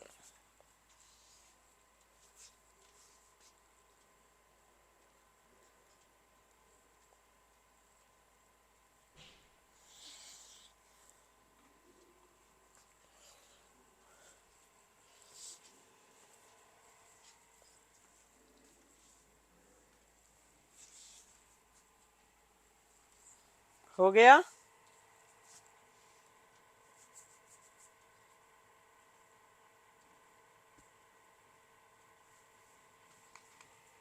ये लो, ये इंसेंटिव का मतलब होता है इनाम, इनाम का मतलब होता है रिवॉर्ड। पैसे मिलेंगे भाई, पैसे मिलेंगे, पैसे मिलेंगे भाई, पैसे मिलेंगे। आ जाओ, ऑफर सीमित समय के लिए है। एक है लोअर परफॉर्मिंग स्टेट, एक है हाई परफॉर्मिंग स्टेट। तो बताओ, पहले तो ये बताओ, हाई परफॉर्मिंग स्टेट में ज्यादा पैसे मिलेंगे कि लो परफॉर्मिंग स्टेट में? लो परफॉर्मिंग का मतलब जहां टीएफआर अच्छी नहीं है, ज्यादा है, और यहाँ टीएफआर कम है, मतलब वेरी गुड, पॉपुलेशन के बारे में जानने वाले। एक है रूरल, एक है अर्बन। अर्बन का मतलब है सिटी, सिटी में मोटिवेशन की कमी है, कमी नहीं है, अर्बन में कमी, रूरल में कमी है। इसका मतलब अब माँ को पैसे, आशा को पैसे। अब आशा क्या करती है गांव में? आशा एक तो पहली बात रूरल, और दूसरी बात लो परफॉर्मिंग में ज्यादा पैसे मिलते हैं। ध्यान रखना, ज्यादा पैसे कहां मिला जाता है? या तो गांव हो, और गांव के साथ में ऐसी जगह हो जहां लोगों में एजुकेशन नहीं हो।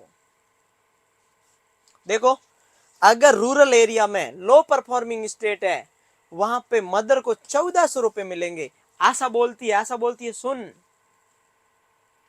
कि मैं, अगर तुम हॉस्पिटल में डिलीवरी करवाती है, मैं तेरे को 1400 रुपए दिलवाऊंगी, 1400 रुपीज फ्री। घर से एम्बुलेंस आएगी, घर पे छोड़ेगी, 108 104 जननी वाहन, बच्चे को कॉम्प्लिकेशन नहीं होगी। और सबसे अच्छी बात बताऊं, जो मेरे को 600 रुपए मिलेंगे ना, वो भी मैं तेरे को दे दूंगी, क्योंकि आशा को और भी इंसेंटिव मिल जाते कहीं ना कहीं। मेरे को मिलेंगे ना, वो भी तुझे दे दूंगी। मैं तेरे को 2000 दे दूंगी, तुम प्लीज हॉस्पिटल में डिलीवरी करवा दे, तेरी सेफ्टी रहेगी।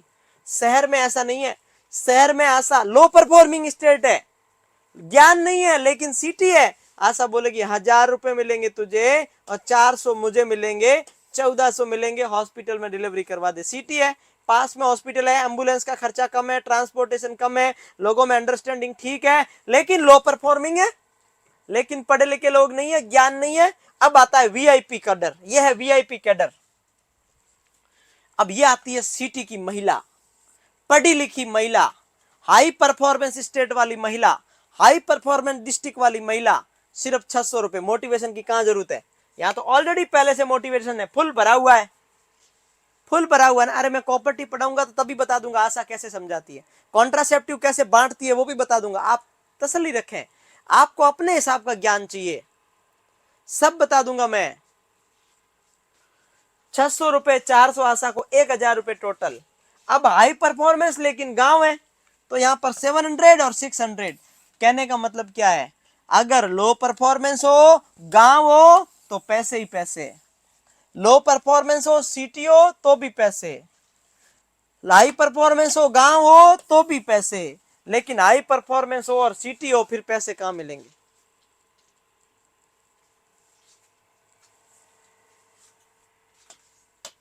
याद करना पड़ेगा इसको।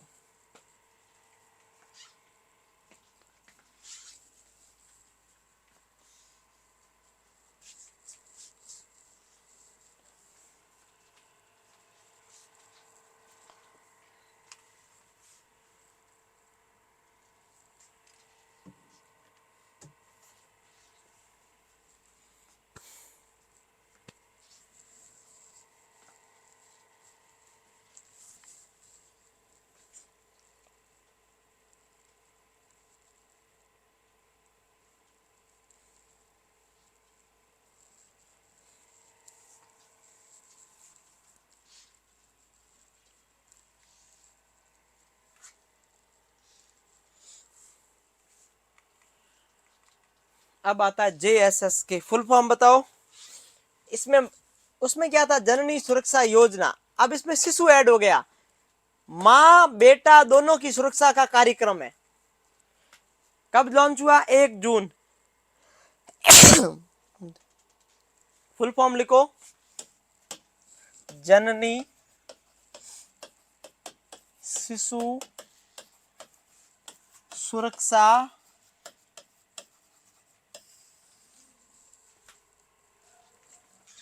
कार्यक्रम। कार्यक्रम है, ध्यान रखना है ना, आप कुछ और मत समझ लेना, कार्यक्रम।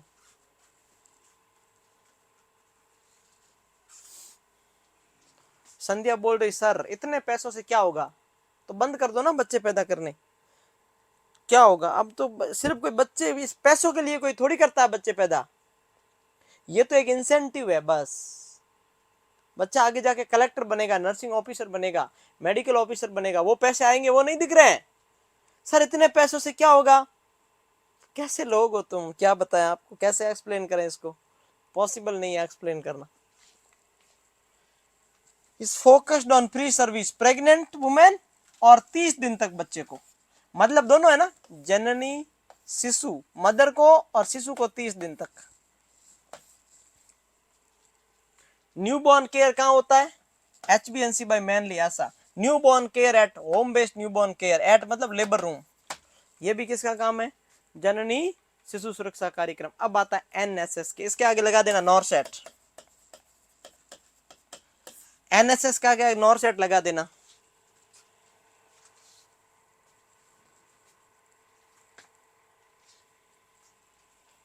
हाँ संध्या सही बता रही है, पैसे देते ही क्यों है, वेरी गुड संध्या, सही है। पैसे की कहाँ जरूरत है, अरे पैसे तो ऐसे ही है, सारे लोग पैसे वाले थोड़ी है। गांव में 1000-1500 रुपए वैल्यू रखते हैं, स्पेशली जो पुअर प्रेग्नेंट मदर होती है उनके लिए 1500 रुपए भी वैल्यू रखने। आप कभी गांव में जाके देखना, आपको पता चलेगा, सच में रखते हैं।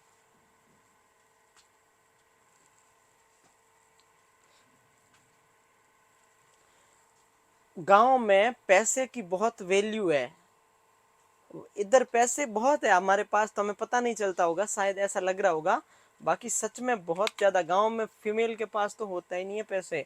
गरीब लोग भी तो होते हैं, ये भारत की सबसे बड़ी, अगर आपको सच में गरीब देखना है, देखो मैं एक बात बताऊं आपको, बुरा मत मानना,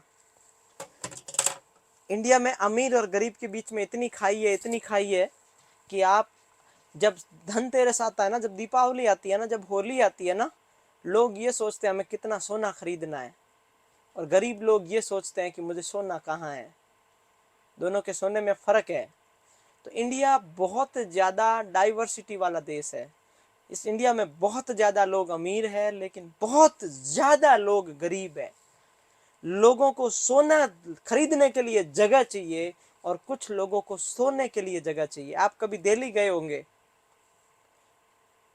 दिल्ली गए होंगे आप, आपने फुटपाथ पे लोग देखे होंगे, दिसंबर की सर्दी में उनको सोने के लिए जगह नहीं होती, ओढ़ने के लिए बिस्तर नहीं होता, और उनके पास से लोग मर्सिडीज में गुजरते हैं, उनको बैठने के लिए, उसको पहनने के लिए, शरीर पे जगह नहीं है, इतना सोना है उनके पास। ऐसा क्यों है, क्योंकि डाइवर्सिटी है। चंद लोगों के पास रुपयों की भरमार है, बहुत सारे लोगों के पास रुपया ना के बराबर है। तो हमें लगता है कि 1500 से क्या होगा, गांव में जाके देखना, जिसके मंथली इनकम, उसके 8 बच्चे हैं, मंथली इनकम 5000 है, वो आटा खरीदने से पहले 7 बार सोचते हैं कि आज लोग आज क्या बनाएंगे। उन लोगों के लिए हॉस्पिटल जाना बड़ी बात होती है, वो लोग बीमार हो जाए, उनको मलेरिया हो जाए, अगर पूछ ले कि प्राइवेट हॉस्पिटल जाओ इलाज जल्दी होगा, तो वो लोग जा नहीं पाते। कि गरीबी क्या होती है तुम लोगों ने अभी तक देखा नहीं है, गरीबी क्या होती है। एक बात बताऊं, एक बार एक फैमिली थी, एक फैमिली में 4 बच्चे थे, उसके मदर फादर थे, उसके दादाजी थे। एक बच्चे को पेन एब्डोमेन हुआ, कंटिन्यू डायरिया हुआ, डिसेंट्री हुई, लूज मोशन हुआ, मेलिना हुआ। ज्यों त्यों जाके पता चला कि इसको कैंसर है, कहीं डायग्नोस हो गया, 2-4 महीने बाद पता चला कि उसको कैंसर है। तो घर वालों ने क्या किया, पता चल गया कि इस पर्सन को कैंसर है, घर वालों ने उसका इलाज नहीं करवाया, इसलिए कि अगर इलाज नहीं करवाए, क्योंकि उनके पास खाने के पैसे नहीं थे, इलाज नहीं करवाया सिर्फ इसलिए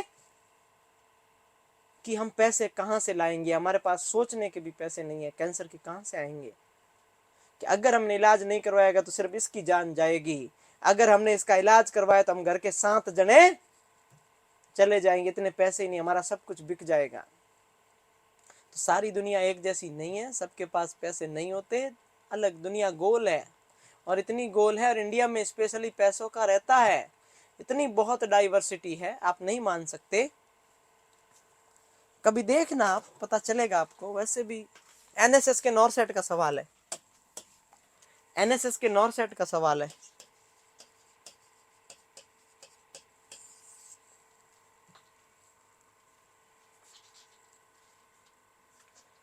फुल फॉर्म बताओ, कौन बताएगा? एनएसएस की फुल फॉर्म बताओ, और एनएसएस का गोल बताओ। गोल, ऑब्जेक्टिव, पर्पज एक ही बात है, बताओ देखे।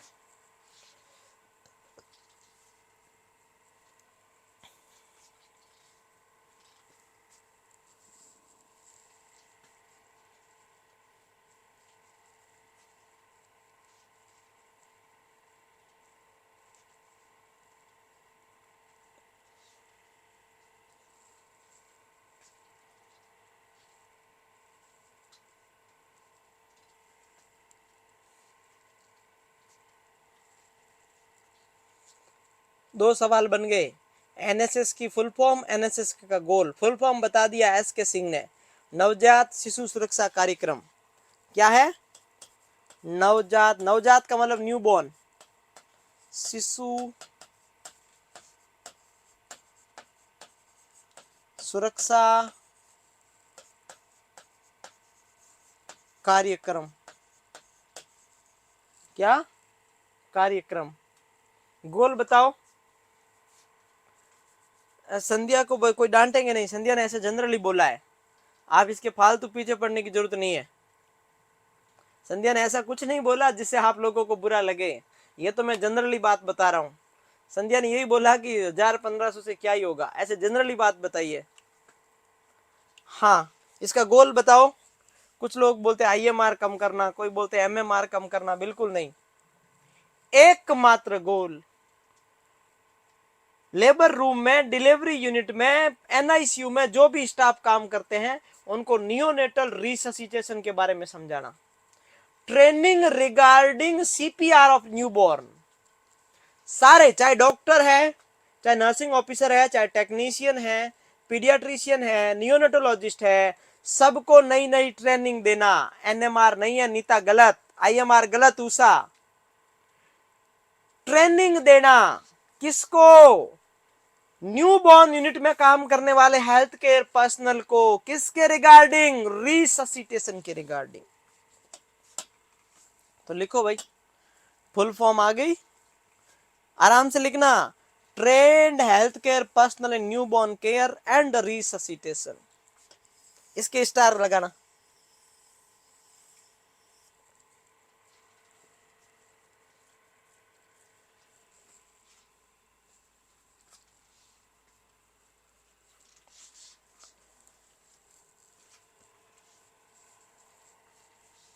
ईयर नहीं इंपॉर्टेंट है पूजा,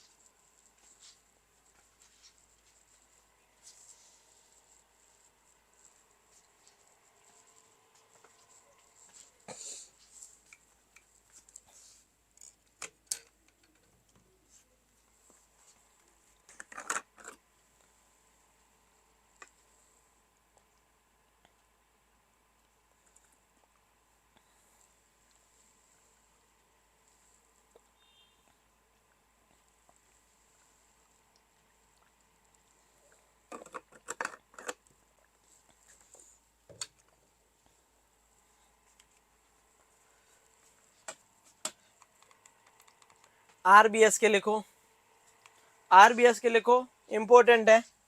पहला फुल फॉर्म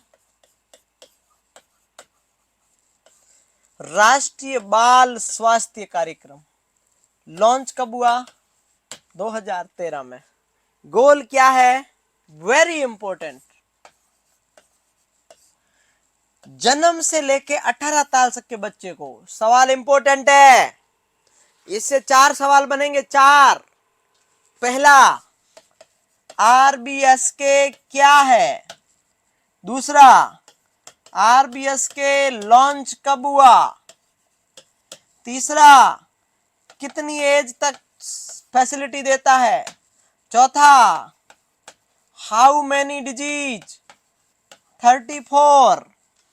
कौन कौन सी डिजीज? क्लासिफिकेशन 4 टाइप की, चारों ही डी से स्टार्ट है। 34 डिजीज याद नहीं करना है, कौन कौन सी है, ओनली नंबर याद रखना है, 34। और वो 34 में से 4 कैटेगरी है उनकी, 5 ये, 10 ये, 15 ये, 5 ये, ऐसे करके 34 आएगी। 4D है, क्या है? 4D, चारों ही डी से स्टार्ट है। अब उन 34 कौन कौन सी है वो याद नहीं करना, लेकिन 4D कौन कौन सा है ये याद होना जरूरी है।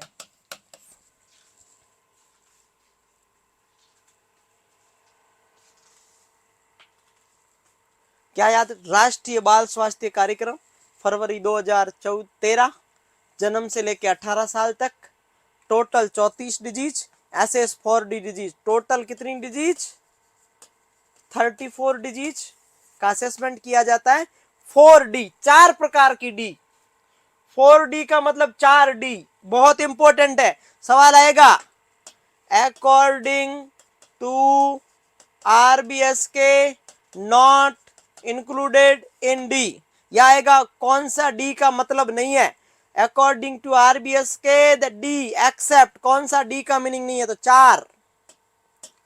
4 डी है। देखो, डिफेक्ट ऑफ बर्थ, अरे ये कंजेनाइटल, डिफेक्ट का मतलब होता है कंजेनाइटल डिसऑर्डर। कौन कौन से होते हैं काउंट नहीं करने, 4 प्रकार की डी का असेसमेंट किया जाता है, एक डिफेक्ट, एक डिफिशियंसी, एक डिजीज और एक डेवलपमेंटल डिले का मतलब होता है एमआर, मेंटल रिटार्डेशन, जिसको बोलते हैं इंटेलेक्चुअल डिसेबिलिटी। मैं नीचे से इधर से स्टार्ट करता हूं। इंटेलेक्चुअल या मेंटल रिटार्डेशन, डिजीज का मतलब निमोनिया, ब्रोंकाइटिस, अस्थमा, आरडीएस, कोई भी बीमारी है डिजीज। डेफिशिएंसी का मतलब vitamin deficiency, mineral deficiency, protein deficiency, carbohydrate deficiency, fat deficiency, मतलब आपकी बॉडी में कोई बल्क फूड की कमी हो गई, कोई माइक्रो मिनरल्स की कमी हो गई, मैक्रो मिनरल्स की कमी हो गई, विटामिन की कमी हो गई, दैट्स कॉल्ड डेफिशिएंसी। डिफेक्ट का मतलब जन्मजात, आफ्टर बर्थ नहीं होता, defect of birth, at birth not after birth, जो जन्म के साथ ड्यूरिंग फीटस लाइफ में होते हैं और जन्म के दौरान सो होते हैं। क्या बोल रहा मैं? डिफेक्ट ऑफ बर्थ का मतलब होता है ऐसी कोई डिसऑर्डर प्रेगनेंसी में मदर की वजह से बेबी को हो गया, लेकिन सो जन्म के दौरान हो जाता है पहले का, आफ्टर बर्थ नहीं है। यहां आ सकता है डिफेक्ट आफ्टर बर्थ, गलत हो जाएगा। डिफेक्ट कभी भी आफ्टर बर्थ नहीं होता, डिफेक्ट का मतलब होता है कंजेनाइटल डिसऑर्डर, और कंजेनाइटल डिसऑर्डर आफ्टर बर्थ नहीं होता। तो 4D कौन कौन से? बर्थ, डेफिशिएंसी, 4D हो गए। देखो, defect of birth, deficiency, disease, developmental delay, 4 हो गया। सवाल आएगा अकॉर्डिंग टू आरबीएस के 4D में कौन सा नहीं है? एक ऑप्शन आएगा डिफेक्ट आफ्टर बर्थ, तो वो गलत होगा। एक ऑप्शन हो सकता है डेवलपमेंटल डिले की जगह और कुछ हो सकता है, डिमेंशिया, डायरिया, डर्मेटाइटिस, ऐसा हो सकता है कि नहीं हो सकता है? अब देखो, अब इधर आओ, इन चारों को मिला के कितनी बीमारी? टोटल 34 बीमारी। ये याद नहीं रखनी कौन कौन सी। जैसे डिफेक्ट की बात करूं, यहां से स्टार्ट करूं, hydrocephalus, glaucoma, cataract, cleft lip, cleft palate, tracheoesophageal fistula, choanal atresia, फिर यहाँ आता है पाइलोरिक स्टेनोसिस, एंटूससेप्शन, फिर आता है मेगाकोलान, फिर ऐसे करके फाइमोसिस, फिर आता है एपीस्पाडियासिस, हाइपोस्पाडियासिस, फिर ऐसे करके 9-10 इसमें हो गए, डेफिशिएंसी में 5-7 हो गए, कुल मिला के 34 डिजीज। कुल मिला के 34 डिजिट्स।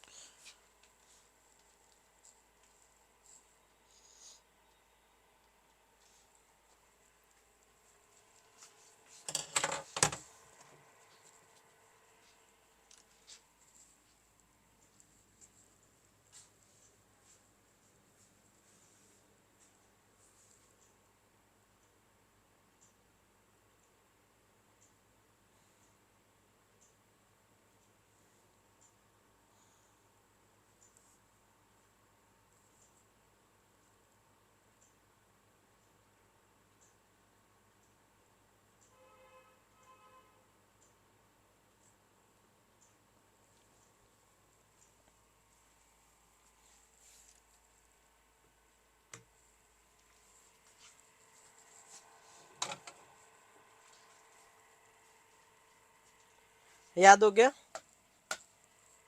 याद हो गया आपको?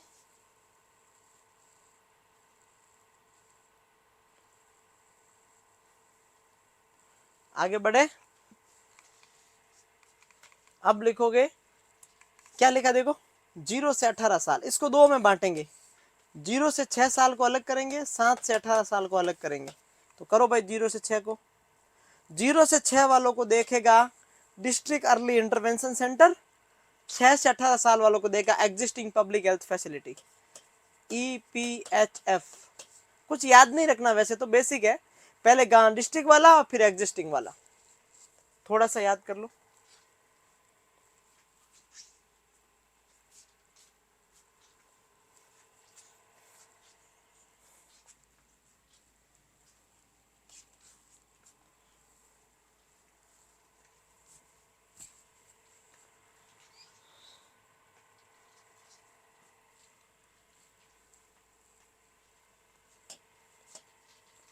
हो गया, लिख लिया आप लोगों ने। अब नेक्स्ट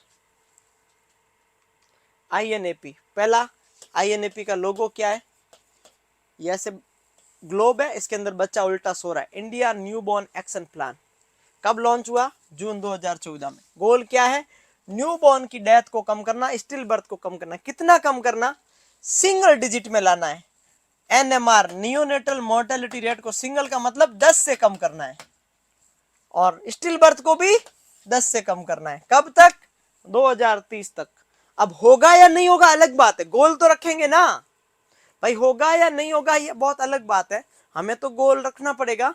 तो इंडियन न्यूबॉर्न एक्शन प्लान ने बोला कि हम 2030 तक न्यूबॉर्न को 10 से कम कर, सिंगल डिजिट का मतलब एक नंबर में ले आएंगे, 1 2 3 4 5 6 7 8 9, 1000 लाइव बर्थ के ऊपर 9 डेथ तक ले आएंगे हम। अभी बहुत ज्यादा 20-22 आ रही, कम कर लेंगे, ये याद हो गया। दूसरा क्या है? स्टिल बर्थ को भी हम बहुत कम कर देंगे, 9 तक ले आएंगे, 10 से कम कर देंगे। कब तक? 2030 तक। इंडिया न्यूबॉर्न एक्शन प्लान 2014, कम करना है, 10 से कम करना है।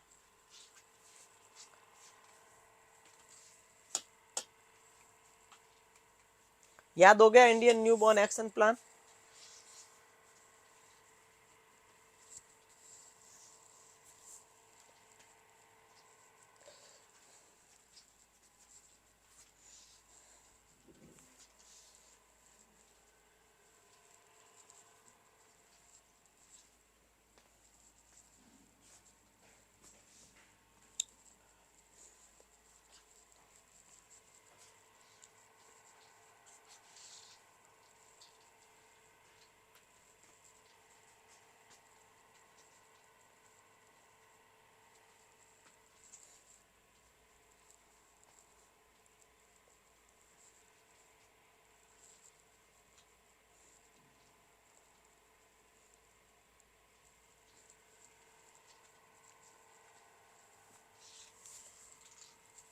हो गया। अब देखो नेक्स्ट CSSM, वेरी इंपॉर्टेंट। पहले तो इसके ऊपर हेडिंग लगा लो कि ये इंपॉर्टेंट है। पहली बात तो ये है कि ये इंपॉर्टेंट है। देखो इधर आओ, पहला है full form, child survival safe motherhood. कब लॉन्च हुआ? 1992 में लॉन्च हुआ। क्योंकि ये पता है बच्चों से रिलेटेड है, और बच्चों से रिलेटेड कोई भी इंस्टीट्यूट होता है उसको यूनिसेफ सपोर्ट करता है। और फाइनेंशियल टेक्निकल सपोर्ट कौन देगा? इसमें WHO नहीं है, इसके अंदर WHO नहीं है। यह सवाल बन गया कि CSSM किसके द्वारा सपोर्टेड है, किसके द्वारा फंडेड है? तो WHO नहीं है इसके अंदर, यूनिसेफ और वर्ल्ड बैंक, ये सपोर्ट और ये फाइनेंशियल सपोर्ट। तो ये हो गया दोनों, ये क्वेश्चन बन गया भाई, फुल फॉर्म का क्वेश्चन बन गया। कब आया था क्वेश्चन बन गया? ये बाद में किस में चेंजेज हुआ? ये RCH में चेंजेज हुआ। कब? 1997। एग्जाम्पल, जैसे अभी किसी की गवर्नमेंट है, 5 साल बाद वापस इलेक्शन होते हैं, तो 5 साल बाद उसकी जगह कोई नया CM या नया PM बनता है अगर स्टेट के या सेंट्रल के इलेक्शन। वैसे इसमें 1992 में CSSM बना, गवर्नमेंट को पता नहीं क्या लगा, उन्होंने 1997 में इसको बंद कर दिया और उसकी जगह किसको स्टार्ट कर दिया? RCH को स्टार्ट कर दिया। तो सवाल आएगा, RCH जो 1997 में स्टार्ट हुआ था उसने किसको रिप्लेस किया? उसने CSSM को रिप्लेस किया। कब किया? 97 में किया। तो CSSM कितने साल चला? 5 साल चला। क्या गोल थे इसका? एक ही ऑब्जेक्टिव था सबसे इंपॉर्टेंट, IMR कम करो, फिर MMR कम करो, फिर FRU फर्स्ट रेफरल यूनिट, अच्छी CSC बनाओ ताकि वहां पे डिलीवरी वगैरह सब हो सके। और नंबर 4, ये 3 काम कर लो। अब ये 3 काम करोगे, मदर की हेल्थ, बेबी की हेल्थ, फिर फर्स्ट रेफरल यूनिट CSC को अच्छा बनाओ, ये काम कर लो। ये 5 साल चला। जो ही 1997 में RCH आया उसने इसकी जगह ले ली। अब ये सारे काम RCH करेगा। ये सारे काम कौन करेगा? RCH करेगा।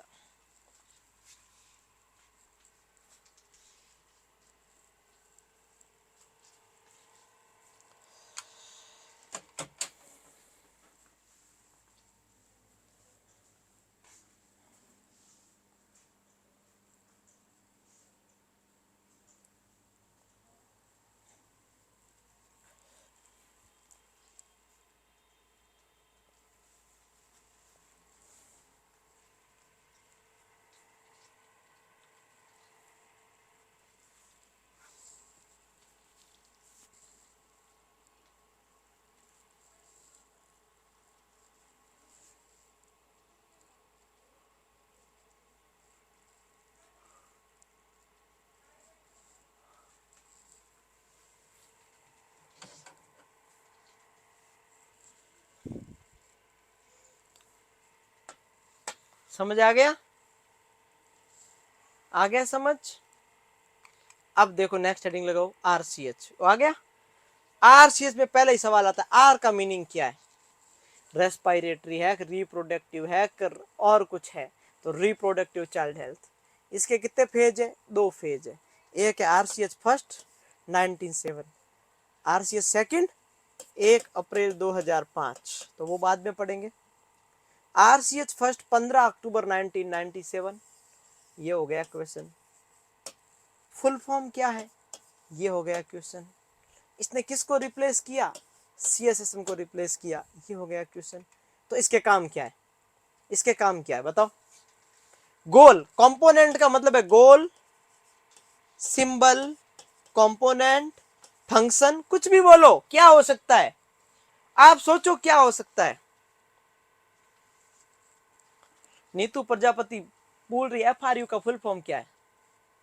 इसने हेल्थ केयर डिलीवरी सिस्टम पढ़ लिया है, यहां पर भी मैंने लिख लिया था, पढ़ लिया है। इसको पता है CSC का दूसरा नाम होता है FRU, फर्स्ट रेफरल यूनिट। फिर भी पूछेगी ये, पक्का पूछेगी, कुछ भी हो जाओ, पूरा लिख दोगे ना तो भी पूछेगी, श्योर। नहीं तू पूछते रहे, हम बताते रहेंगे, डोंट वरी, घबराना मत। बुरा न मानो होली है, बुरा न मानो होली है, आप पूछते रहो, हम बताते रहेंगे। तो बताओ क्या काम हो सकता है RCH के? कंपोनेंट क्या हो सकते हैं RCH के? 4 कंपोनेंट है। पहली बात क्या है? 4 कंपोनेंट है, 4 फंक्शन है। पहला ही फंक्शन लिख दो भाई, CSSM के काम, तो लिख दो CSSM केयर। दूसरा रिप्रोडक्टिव, रिप्रोडक्टिव का मतलब prevention of RTI, prevention of AIDS, prevention of sexual transmitted disease, तो लिखो prevention of STD, sexual transmitted disease, या रिप्रोडक्टिव ट्रैक्ट इन्फेक्शन, या एड्स, एक ही बात है। दूसरा ये लिख दो। तीसरा अरे फैमिली प्लानिंग भी तो लिखो, रिप्रोडक्टिव चीज है। 4 लिखो, client approach care. Client approach care का मतलब होता है क्लाइंट को जो चाहिए उसके अकॉर्डिंग। 4 लिख लो, तो लिखो भाई 4 फटाफट। Family planning, MTP, medical termination of pregnancy, control of RTI मतलब रेस्पिरेटरी मत कर देना, रिप्रोडक्टिव ट्रैक्ट इन्फेक्शन,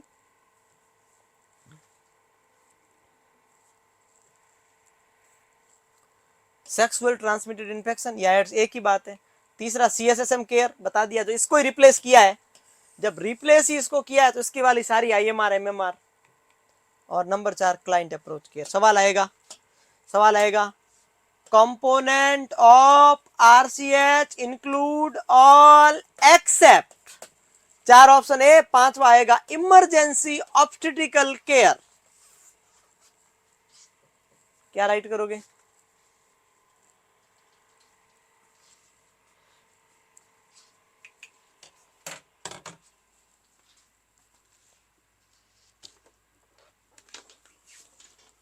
बोल, हट गए।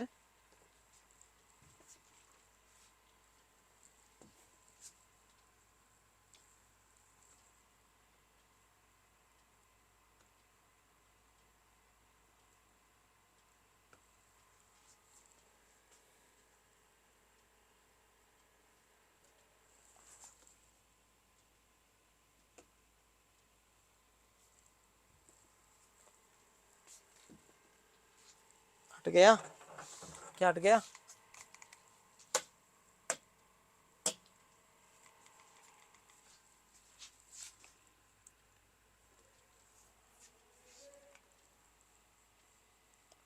हाँ अब सही होगा।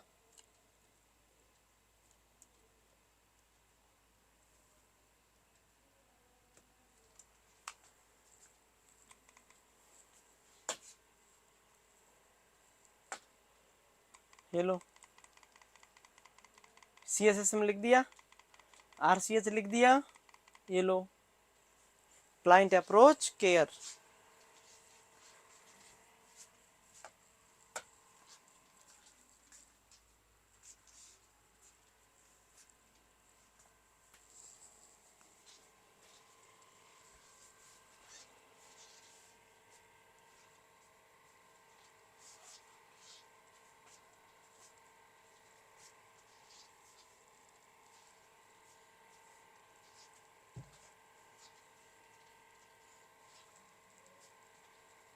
अरे तो सही हो गया, टेक्निकल टीम नहीं है तो हंस रहे बेवकूफ को आनंद आ गया। अगर कोई क्लास बीच में रुक जाए ना, आपको इतनी खुशी हो, ओ माय गॉड अब तो छुट्टी मिलेगी, अब सर बंद कर देंगे, अब तो हम लोग रेस्ट करेंगे, क्यों पढ़ा रहे हैं, अब तो छुट्टी हो जाएगी हमारी, फिर आज हम होली मनाएंगे, आज हम रंग लगाएंगे औरों के, है ना। बदमाश पूरे हो तुम लोग, कुछ भी कर लो। अब लिखो आरसीएस सेकंड, 1 अप्रैल 2005। आरसीएस सेकंड का गोल, आरसीएस सेकंड में ये लिखना, institutional and skill attendance delivery, emergency obstetrical care, female first referral unit operation, और यहां लिखो emergency and essential obstetric care, ऐसे लिखो, ये काट दो, इमरजेंसी एंड इसेंशियल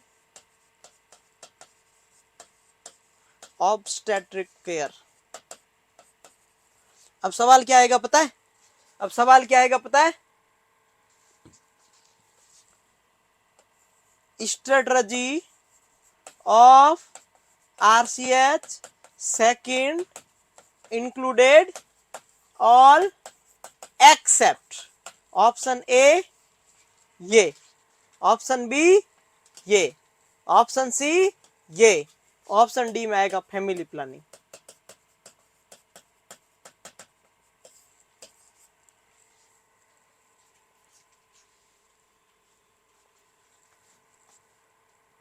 मेरे को किसी ने नहीं लगाया रंग, देखो एकदम सही हो, देखो कहीं लग रहा है आपको, कहीं दिख रहा है रंग?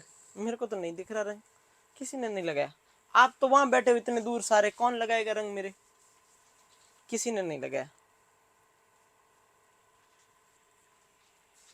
आप अगर इतना आते सभी तो रंग लगा देते, बट नहीं लगाया आपने।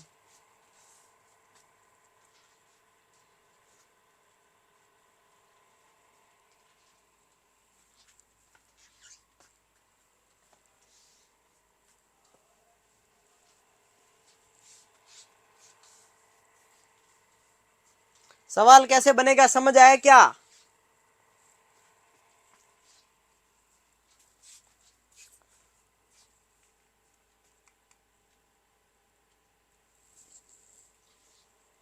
मैंने ये चौथा पॉइंट साथ में लिख दिया, emergency and essential obstetrical care.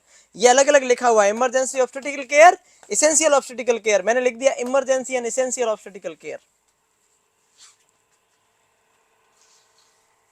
हाँ आ जाओ लगाने, आप आओ तो रंग लगवा देंगे, कोई ना। अभी होली गई थोड़ी है, और ज्यादा दूर थोड़ी हो आप।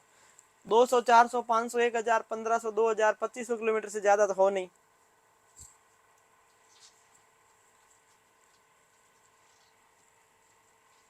नहीं लगा है किसी ने, देखो।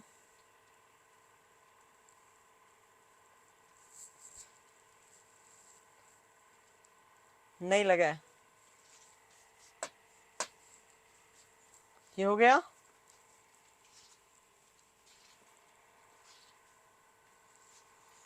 आगे बढ़े अब हम आगे बढ़े क्या?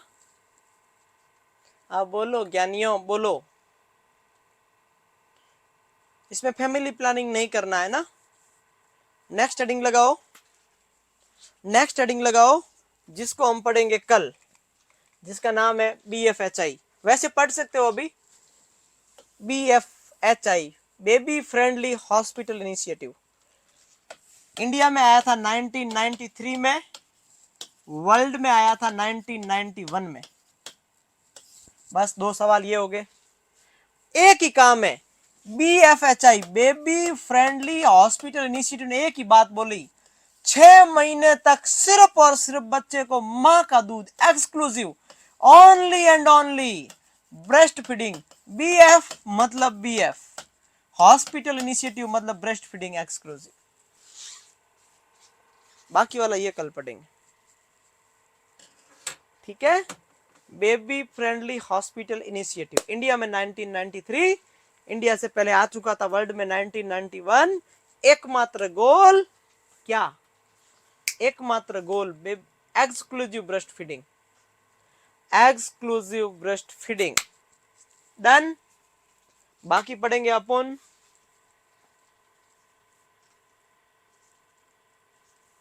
ठीक है, कोई बात नहीं, आप अगले साल रंग लगाएंगे अपन, है ना। कोई बात नहीं, घबराओ मत। BF का मतलब होता है ब्रेस्ट फीडिंग, और बेबी के लिए ब्रेस्ट फीडिंग का BF, ब्रेस्ट फीडिंग बेबी के लिए बहुत जरूरी है, बेबी के लिए BF बहुत जरूरी है। समझ में आई बात? ओके, बेबी के लिए BF, breast feeding newborn baby के लिए बहुत कंपलसरी है, एक्सक्लूसिव है। ओके, ठीक है, बहुत जल्दी मिलेंगे, कल की क्लास में मिलेंगे हम लोग। आपका सिलेबस जो पूरा करवाना है थोड़ा जल्दी जल्दी चलेंगे, है ना। Okay, take care. थोड़ा बात कर लो। हाँ बात कर रहे हैं, आप बताओ। हाँ मोनिका जी बताइए जल्दी, कैसी रही आप लोगों की होली? आप लोगों की होली कैसी रही बताओ मुझे, क्या किया आप दिन में? कलर लगाया होगा अपने मनपसंद लोगों को, मनपसंद कलर जरूर लगाया होगा आपने, अपने फ्रेंड लोगों को लगाया होगा, लगाया होगा ना कलर। बेबी को बेस पसंद नहीं है, बेबी को BF पसंद है, बेबी को BF ब्रेस्ट फीडिंग पसंद है। आप BF ब्रेस्ट फीडिंग को मानना, किसी और को मत समझ जाना। BF का मतलब बेस्ट फ्रेंड भी होता है। Okay, happy Holi to all.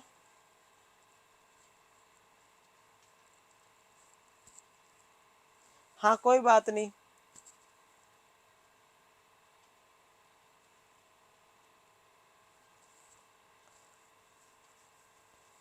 कल होली है आपके, कल हम शायरी सुनाएंगे, आज नहीं, है ना। Okay, thank you so much.